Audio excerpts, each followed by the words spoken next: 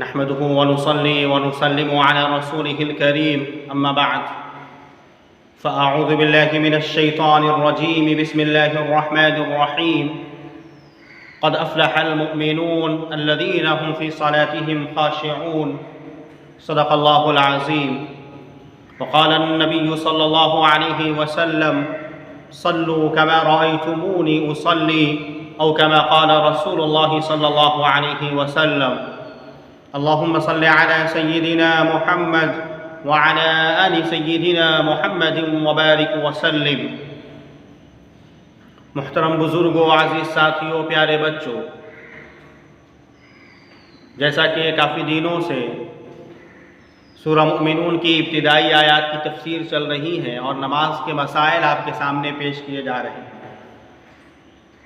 پچھلی بار میں نے یہ بتانے کی کوشش کیا تھا آپ کو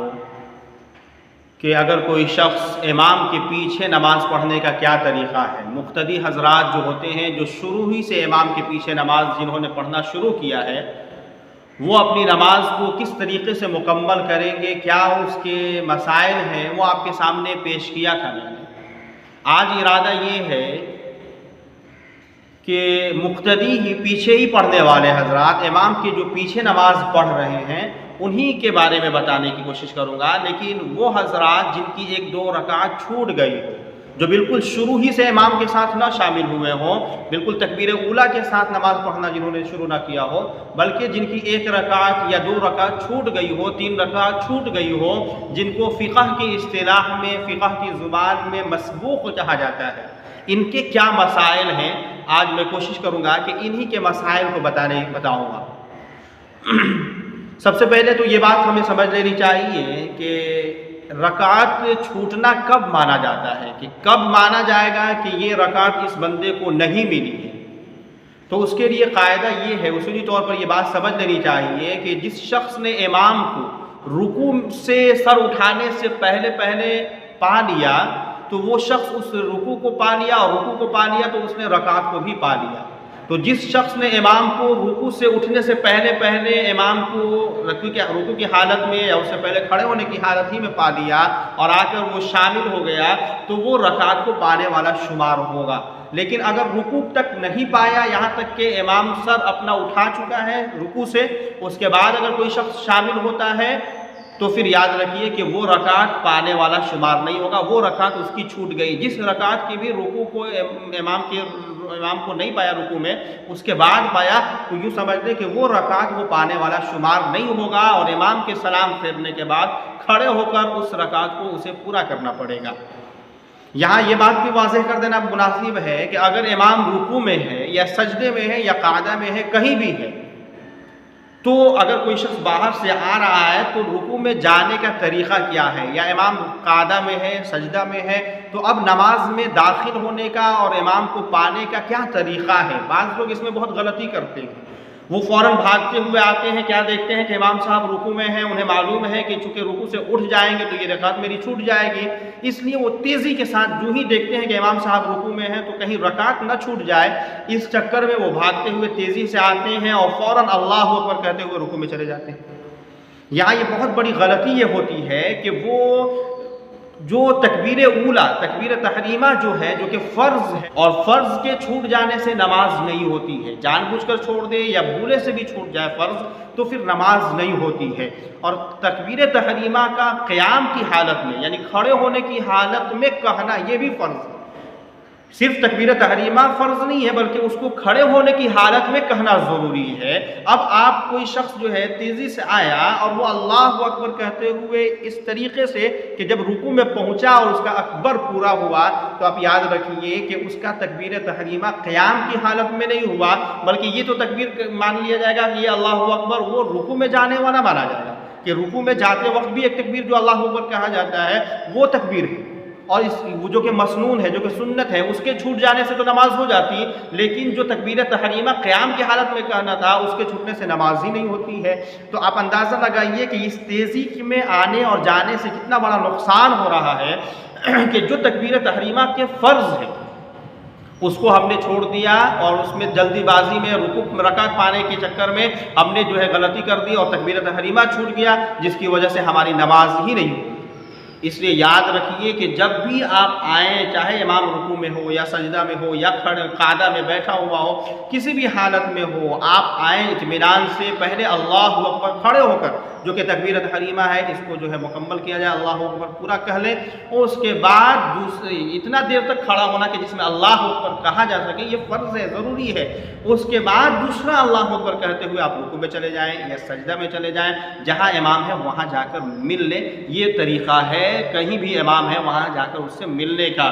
آپ اگر غلطی کرتے ہیں کہ جلدی سے پکڑنے کے لیے امام کو تکبیرۃ تحریمہ اگر آپ چھوڑ دیتے ہیں یا کہتے ہیں لیکن قیام کی حالت میں نہیں کرتے ہیں، تو یاد رکھیے کہ آپ کی نماز نہیں ہوگی، اس لیے کہ تکبیرۃ تحریمہ کا قیام کی حالت میں کہنا فرض تھا، وہ آپ کا چھوٹ گیا، لہذا آپ کی نماز نہیں ہوگی۔ اسی لیے اللہ کے رسول صلی اللہ علیہ وسلم نے منع فرمایا ہے کہ جب تم آؤ مسجد میں نماز کے لیے تو ایسا نہ ہو کہ بھاگتے ہوئے آؤ، لا تأتوها وانتم تسعون واتوها وانتم تمشون۔ اللہ کے رسول ارشاد فرماتے ہیں کہ اگر کسی امام کو رکوع میں دیکھ لیا تو یہ نہیں کہ بھاگتے ہوئے آؤ، نہیں، بلکہ اطمینان سے چل کر آؤ اور جتنی رکعت تمہیں مل جائے اتنی رکعت پڑھ لو، اگر نہیں ملتی ہیں جو تو امام کے سلام پھیرنے کے بعد کھڑے ہو کر اپنی اس نماز کو مکمل کیجیے۔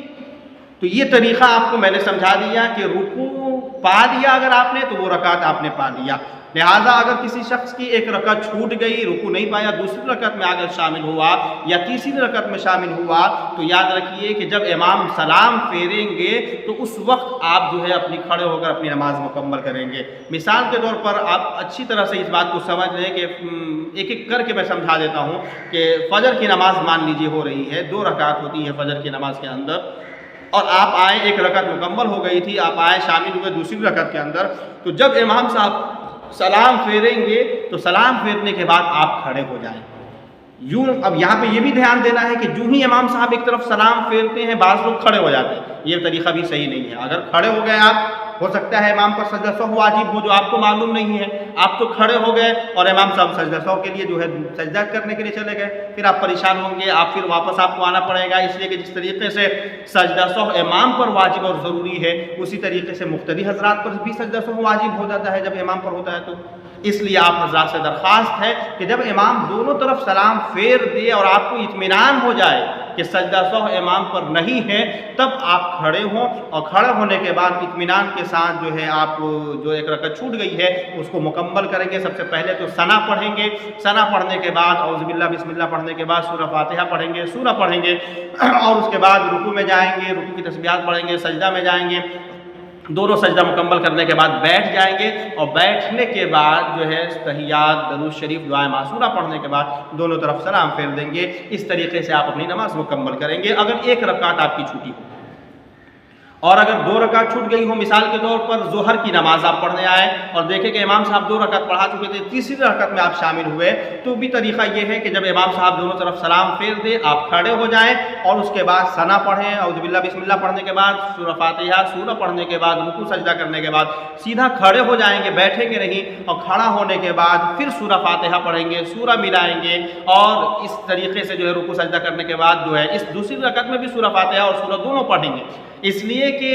آپ کی جو رکعت چھوٹی ہے وہ شروع کی 2 رکعت چھوٹی ہوئی ہیں، اور فرائض کے اندر یہ ضابطہ ہے کہ شروع کی 2 رکعتوں کے اندر سورہ فاتحہ بھی پڑھا جاتا ہے اور سورہ بھی اس کے ساتھ ملایا جاتا ہے، یہ فرائض کے اندر ہے، نہیں تو سنت اور نوافل اور واجب کے اندر تو ہر رکعت میں سورہ فاتحہ بھی پڑھنا ہے اور سورہ بھی ملانا ہے، لیکن فرض نمازوں کے اندر یہ قاعدہ ہے کہ اس کے شروع کی 2 رکعتوں کے اندر تو سورہ فاتحہ کے ساتھ سورہ ملایا جاتا ہے، اور آخر کی 2 رکعت یا آخر کی 1 رکعت، جیسے کہ مغرب میں 1 رکعت ہوتی ہے، آخر میں 3 رکعت ہی نماز ہوتی ہے، تو آخر کی 1 رکعت یا آخر کی 2 رکعتوں میں صرف سورہ فاتحہ پر ہی اکتفا کیا جاتا ہے، اس سے زیادہ نہیں پڑھا جاتا ہے۔ تو چونکہ ان کی شروع کی 2 رکعت ظہر کی چھٹی ہوئی ہے اور یہ انہی 2 رکعتوں کو پڑھ رہے ہیں، اور قاعدہ یہ ہے کہ شروع کی 2 رکعتوں میں سورہ فاتحہ بھی پڑھا جاتا ہے اور سورہ بھی ملایا جاتا ہے، ضم سورہ بھی کیا جاتا ہے، تو اس لیے یہاں پہ آپ کو سورہ ملائیں گے، اور اس طریقے سے رکوع سجدہ کرنے کے بعد دونوں رکعت مکمل ہو جائیں گے، 2 سجدہ کرنے کے بعد بیٹھ جائیں گے، پھر تحیات، درود شریف، دعائے معصورہ پڑھیں گے، اس کے بعد دونوں طرف سلام پھیر دیں گے۔ یہ اگر 2 رکعت کسی کی چھوٹ گئی ہو تو اس طریقے سے وہ نماز پڑھیں گے۔ مثال کے طور پر اگر کسی کی 3 رکعت چھوٹ گئی ہو، ظہری کی نماز ہے یا عصر یا عشاء کی نماز ہے اور 3 رکعت چھوٹ گئی ہے، تو وہ جب امام دونوں طرف سلام پھیر دیں گے تو آپ کھڑے ہوں گے، ثنا پڑھیں گے، اعوذ باللہ بسم اللہ، سورہ فاتحہ، سورہ پڑھنے کے بعد رکوع سجدہ کرنے کے بعد آپ بیٹھ جائیں گے۔ ابھی آپ یہاں کھڑا نہیں ہوں گے، اس لیے کہ امام کے ساتھ ایک رکعت آپ کو ملی تھی، ایک رکعت ابھی آپ پڑھے، اس طریقے سے 2 رکعت ہو گئی، 2 رکعت پر بیٹھا جاتا ہے، لہٰذا آپ بیٹھیں گے، تحیات پڑھیں گے، اور تحیات پڑھنے کے بعد آپ پھر سیدھے کھڑے ہو جائیں گے اور پھر سورہ فاتحہ اور سورہ دونوں پڑھیں گے، اس لیے کہ ابھی آپ کی دوسری رکعت ہے، شروع کی جو 2 رکعت چھوٹی تھی یہ دوسری رکعت ہے، اور ابھی میں نے آپ کو بتایا کہ سورہ فاتحہ اور سورہ دونوں شروع کی 2 رکعتوں میں فرائض کے اندر بھی پڑھے جاتے ہیں، اس لیے آپ سورہ فاتحہ اور سورہ دونوں پڑھیں گے، اور اس کے بعد جو ہے رکوع سجدہ کرنے کے بعد پھر سیدھا کھڑے ہو جائیں گے۔ اب یہ تیسری رکعت ہے، اس میں صرف سورہ فاتحہ پڑھیں گے، اس لیے کہ آخر کی تیسری یا چوتھی رکعت میں فرائض کے اندر سورہ فاتحہ کے ساتھ سورہ نہیں ملایا جاتا ہے، اس لیے آپ کھڑے ہوں گے تو سورہ فاتحہ سورہ تیسری رکعت میں سورہ فاتحہ صرف پڑھیں گے، سورہ نہیں پڑھیں گے، اور اس کے بعد آئیں گے رکوع سجدہ کرنے کے بعد بیٹھ جائیں گے، تحیات درود شریف دعائے معصورہ پڑھنے کے بعد آپ دونوں طرف سلام پھیر کر اپنی نماز مکمل کریں گے۔ اس طریقے سے آپ اپنی 3 رکعت چھوٹ گئی ہیں، اگر 4 رکعت چھوٹ گئی ہیں تو بالکل آسان ہے، جیسے تنہائی میں نماز پڑھتے ہیں، انشاءاللہ میں منفرد کیسے نماز پڑھنا ہے، منفرد کو کیسے نماز پڑھنی ہے انشاءاللہ اس کو میں بتاؤں گا، تو پھر آپ کو اور واضح بات ہو جائے گی۔ 4 رکعت پڑھنا کوئی مشکل نہیں ہے، شروع کی 2 رکعتوں میں سورہ فاتحہ سورہ دونوں پڑھیں گے، آخری کی 2 رکعتوں میں صرف سورہ فاتحہ پر اکتفا کریں گے اور جو ہے اپنی نماز مکمل کریں گے۔ تو یہ طریقہ ہے آپ کو نماز پڑھنے کا، ان لوگوں کو نماز پڑھنے کا طریقہ یہ بتایا کہ جن کی 1-2 رکعت چھوٹ گئی ہو، جن کو مسبوق کہا جاتا ہے، مسبوق اپنی اس طریقے سے نماز کو مکمل کریں گے۔ اگر آپ جو ہے آخری رکعت میں جب امام کے ساتھ آپ بیٹھے ہوئے تھے تو یہاں یہ مسئلہ واضح کر دوں کہ جب آپ بیٹھتے ہیں، بعض لوگ بہت پوچھتے ہیں کہ آخر مان لیجئے میری 1 رکعت چھوٹ گئی ہے یا 2 رکعت چھوٹ گئی ہے اور امام صاحب آخری قاعدہ اخیرہ میں بیٹھے ہوئے ہیں، تو وہ تو تحیات درود شریف دعائے معصورہ سب پڑھتے ہیں، تو ہم کیا پڑھیں؟ بعض لوگ سوال کرتے ہیں، تو یاد رکھیے کہ ایسی حالت میں آخری میں آپ جو ہے امام صاحب تینوں پڑھیں گے، آپ کو صرف تحیات پر اکتفا کرنا ہے۔ بعض فقہا نے کہا کہ تحیات ہی کو بار بار پڑھتے رہیے یہاں تک کہ امام سلام پھیر دے، اور بعض لوگوں نے کہا کہ نہیں، ایک ہی مرتبہ پڑھیں آپ تحیات، لیکن ذرا اطمینان سے ٹھہر کر پڑھیں، اتنا ٹائم لگائیں کہ جتنا میں وہ تینوں پڑھ لیں اور آپ کی تحیات مکمل ہو۔ تو بہرحال یہ طریقہ ہے، تحیات سے زیادہ آپ نہ پڑھیں، اس لیے کہ اس کے بعد آپ کو پھر کھڑا ہونا ہے اور اپنی نماز مکمل کرنی ہے۔ آخر میں قاعدہ اخیرہ جب آپ کا ہوگا اس وقت تحیات درود شریف دعائے معصورہ پورا پڑھیں گے اور اس کے بعد دونوں طرف سلام پھیریں گے۔ یہ طریقہ ہے ان لوگوں کے لیے